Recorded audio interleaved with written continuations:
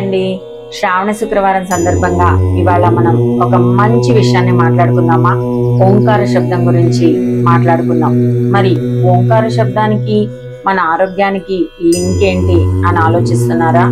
అవునండి, ఈ ఓంకార శబ్దంలో దైవికంగా ఎంత ఉందో ఆరోగ్యంగా కూడా అంతే 100% మనం ఆరోగ్యంగా జీవించడానికి ఈ ఓంకార శబ్దానికి చాలా లింక్ ఉంది. ఎలాగో తెలుసా?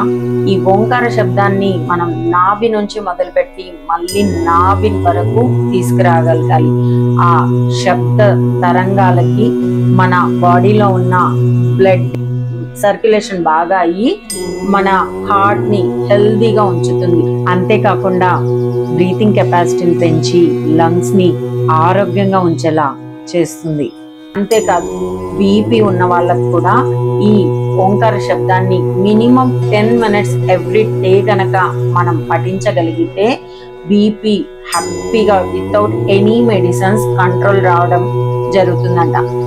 అంతేకాదండి, ఈ ఓంకార ఉచ్చారణ వల్ల మన బ్రెయిన్ లో ఎలాంటి నెగటివిటీస్ రాకుండా పాజిటివ్ వైబ్స్ క్రియేట్ అయ్యి ఫోకస్ పెరిగి అండ్ మనతో పాటు మన ఇంట్లో ఉన్న అందరికీ కూడా పాజిటివ్ వైబ్స్ అలవడతాయి. మన చుట్టూ ఉన్న పరిసరాలన్నీ కూడా మనకు పాజిటివ్ వైబ్రేషన్ ఇస్తాయి.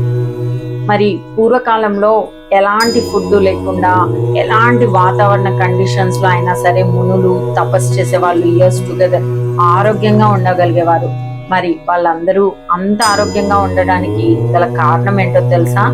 ఎగ్జాక్ట్లీ అండి, ఈ ఓంకార శబ్దమే వాళ్ళని అంత పర్ఫెక్ట్ హెల్దీగా ఉంచి ఎలాంటి వాతావరణ ప్రతికూల పరిస్థితులనైనా తట్టుకోగలిగిన కెపాసిటీని వాళ్ళకు అందించగలిగింది ఈ శబ్దమేనండి.